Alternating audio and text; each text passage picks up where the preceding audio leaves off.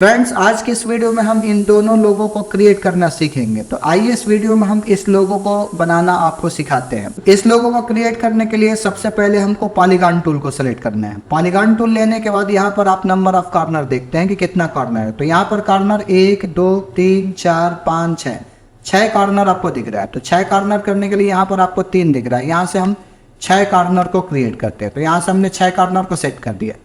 इसके बाद से कंट्रोल बटन दबाकर अगर आप माउस से खींचते हैं तो चारों तरफ से एकदम सर्कुलर खींचता है, यानी चारों तरफ से एक बराबर साइज ड्रा करता है।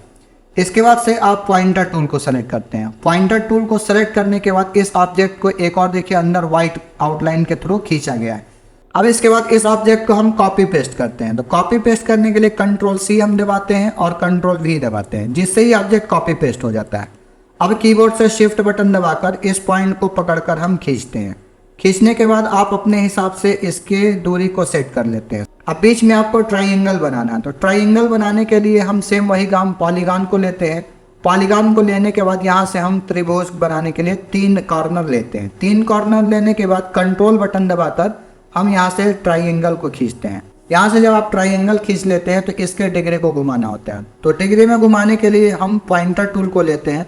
पॉइंटर टूल को लेने के बाद इसके ऊपर एक बार क्लिक करते हैं। जब क्लिक करते हैं तो यहाँ पर रोटेट का आपका सिंबल आ जाता है। अब यहाँ से पकड़कर इसको हम रोटेट कर लेते हैं। तो जितना आपको रोटेट करना अपने आवश्यकता अनुसार इसको रोटेट करके छोड़ देते हैं। इस तरीके से आपका ऑब्जेक्ट रोटेट होकर आ जाता है। अब इस ऑब्जेक्ट को मूव कराकर इस ऑब्जेक्ट के बीच में लाते हैं। तो यहाँ पर आपको सेंटर पॉइंट ऑलरेडी दिख रहा है। यहाँ पर लाकर इस ऑब्जेक्ट को छोड़ देते हैं। अब इसके बाद इस आउटलाइन को हमें व्हाइट करना है और इसमें आपको फिल कलर करना है। इस ऑब्जेक्ट को सेलेक्ट करते हैं। इस ऑब्जेक्ट को सेलेक्ट करने के बाद आप यहाँ से कोई भी एक कलर को सेलेक्ट कर लेते हैं। कलर लेने के बाद यहाँ पर इस कलर के ऊपर डबल क्लिक करते हैं। जब डबल क्लिक करते हैं तो कलर का आपका बॉक्स आ जाता है। अब यहाँ से हम आई ड्रॉपर टूल को लेते हैं। आई ड्रॉपर टूल लेने के बाद इस कलर को कॉपी करने के लिए यहाँ पर क्लिक करते हैं, जिससे वो कलर कॉपी हो जाता है। इसके बाद ओके करते हैं। ओके करते ही इसका कलर देखते हैं चेंज हो जाता है। अब इसके आउटलाइन को व्हाइट करना है। तो इस ऑब्जेक्ट को सेलेक्ट करते हैं। इसके आउटलाइन को व्हाइट करने के लिए हम यहाँ पर क्लिक करते हैं और यहाँ से व्हाइट के ऊपर राइट क्लिक करते हैं। राइट क्लिक करते ही व्हाइट आउटलाइन आपका बन जाता है।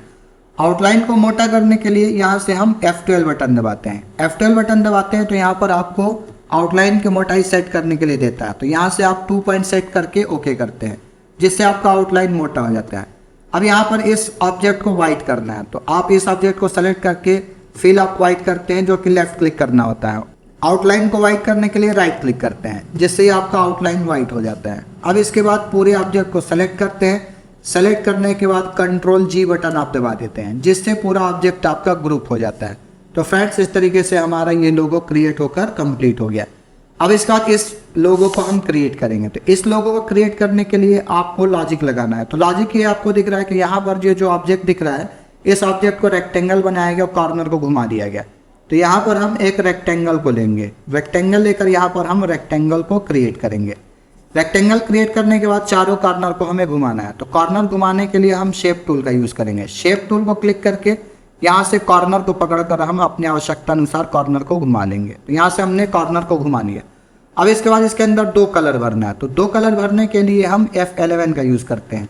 तो इस ऑब्जेक्ट को सेलेक्ट करेंगे। सेलेक्ट करने के बाद F11 की दबाएंगे। F11 की दबाते हैं तो यहाँ पर आपको कलर भरने का ऑप्शन देता है, जो कि फ्रॉम और टू 2 कलर भरने का ऑप्शन यहाँ पर देता है। तो यहाँ पर हम क्लिक करते हैं और किसी एक कलर को लेते हैं। तो सपोज हमें सेम यही कलर लेना है, तो इसमें हम आई ड्रॉपर टूल को सेलेक्ट करते हैं और इसके बाद यहाँ पर सबसे ऊपर कॉर्नर के ऊपर क्लिक करते हैं। क्लिक करते ही वो कलर आपका कॉपी हो जाता है। फिर नीचे वाले कलर को लेना है तो 2 में हम जाते हैं।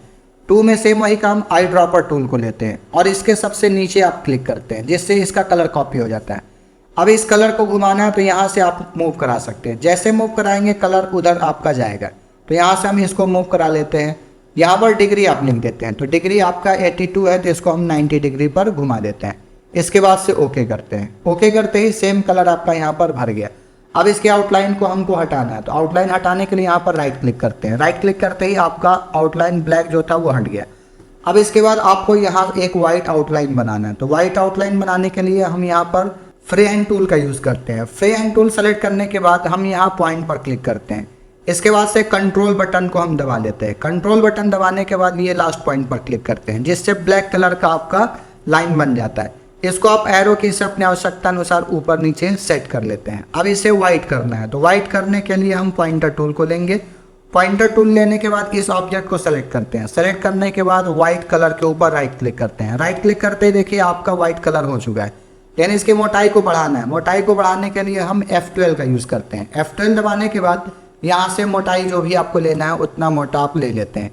इसके बाद से आप ओके करते हैं। ओके करते ही आपकी आउटलाइन थोड़ा मोटा हो जाएगा। और मोटा करना है तो दोबारा F12 दबाते हैं और यहाँ पर 1.5 है तो इसको हम 3 कर देते हैं।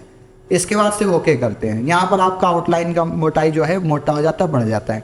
अब इसके बाद यहाँ पर आपको इस तरीके से 2 लाइन बनाना है, तो यहाँ सेम वही लाइन आप बना देते हैं या ग्रेटर देन बनाकर और उसे भी आप यहाँ रख सकते हैं। अब इस ऑब्जेक्ट में इसको क्रिएट करने के लिए हम ग्रेटर देन का यूज़ करेंगे। ग्रेटर देन बनाने के लिए हम टेक्स्ट टूल को सेलेक्ट करेंगे। टेक्स्ट टूल सेलेक्ट करने के बाद यहाँ क्लिक करके हम ग्रेटर देन के सिंबल को बनाएंगे। यहाँ पर हमारा ग्रेटर देन का सिंबल बन चुका है। अब इस ऑब्जेक्ट को हम मूव कराकर यहाँ पर लाएंगे, इस कॉर्नर पर रखेंगे।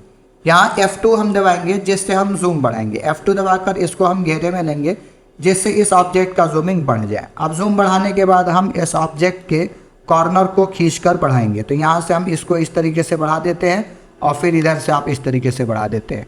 आगे बढ़ाना है तो इसको इस तरीके से बढ़ा देते हैं। इसके बाद से इसको हम वाइट करेंगे। वाइट करने के लिए ये वाइट के ऊपर क्लिक कर देते हैं। इसको और बड़ा करना है तो अपने आवश्यकता अनुसार इसको आप बड़ा छोटा कर सकते हैं। तो ऐसा करें कि इसको नीचे तक ना आए, इसको हमने थोड़ा सा छोटा कर दिया है। इसके बाद से इस ऑब्जेक्ट को हम 2 कॉपी 3 कॉपी कर सकते हैं। यहाँ पर कॉर्नर जो दिख रहा है तो इसके फॉन्ट को हम थोड़ा सा चेंज कर लेंगे, जो कि फॉन्ट चेंज करने से आपको उस तरीके का ऑब्जेक्ट दिखने लगेगा।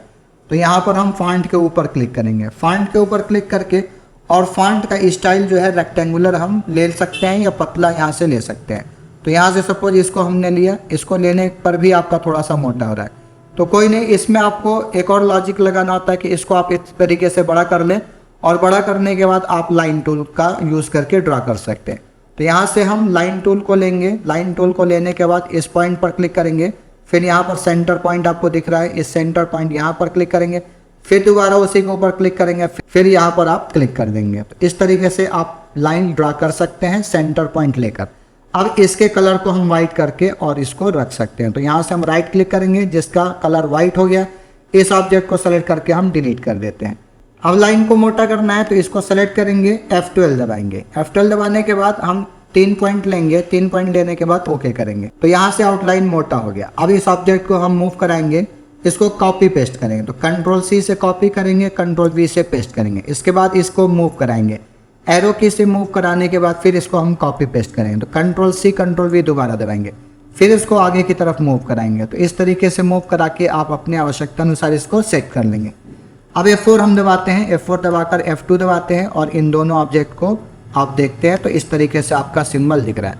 यहाँ पर थोड़ा सा कॉर्नर कटा दिख रहा है तो आप इसको सेलेक्ट करेंगे, शिफ्ट बटन दबाकर इसको सेलेक्ट करेंगे, शिफ्ट दबाकर इसको सेलेक्ट करेंगे और यहाँ से थोड़ा सा इसको खींचकर बाहर की ओर कर देंगे, ताकि इसका जो आउटलाइन थोड़ा सा कटा हुआ दिख रहा था ये पूरा बाहर निकल आए। अब मोटा और करना है तो F12 दबाएंगे। F12 दबाकर यहाँ पर 3 है तो इसको हम 6 कर देते हैं। तो 4 है इसको लेकर और यहाँ पर हम 6 लिख सकते हैं। 6 लिखेंगे और ओके कर देंगे।